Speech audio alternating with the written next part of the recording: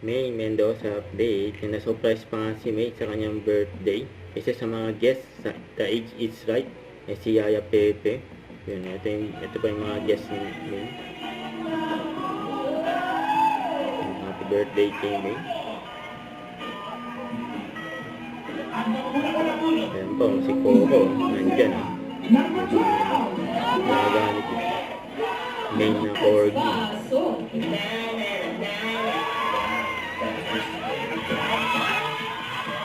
Una, guest ng May. Ay si Sir Mike. Uy ko, dating unit manager niya.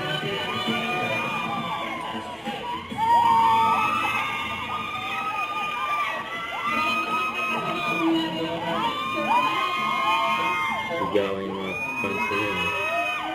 Nasa studio. Alam namin medyo na-shock ka kaya si Miles lang nagbigay ng studio. So narinig niyo na po, sinabi niya. Simulan natin ang round 2. Good luck din sa'yo. Ito na, ang ating susunod na secret agent. Pasok! Solid fans ni May.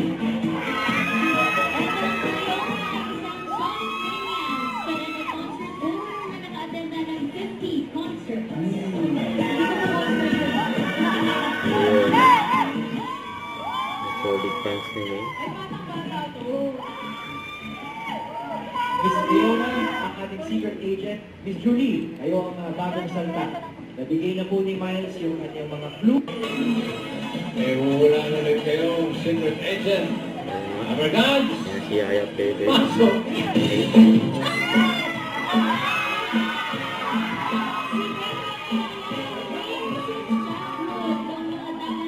Tungkit pa si Leo. Yaya Pepe.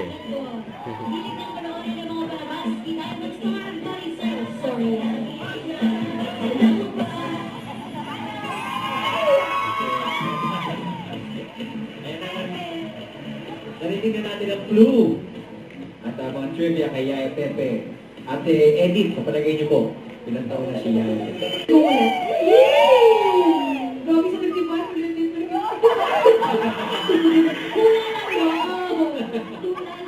Ate Net, kayo po ano puhunatin niyo kay Ate Pepe? 57? Oh, 57. Tumas po ng dalawa. Bakit po? 57 ako eh. Parang parehas. it's a tie. It's a tie na ba? Final answer po? Final answer, 57. Bossing, ngayon ang ating pong round report ngayon. Sabi ng Ma'am Edith, 55. Sabi ni Net, 57.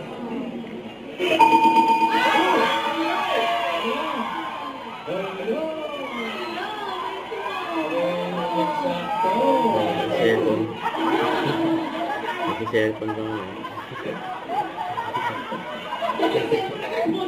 Mamaya ka mag-cellphone.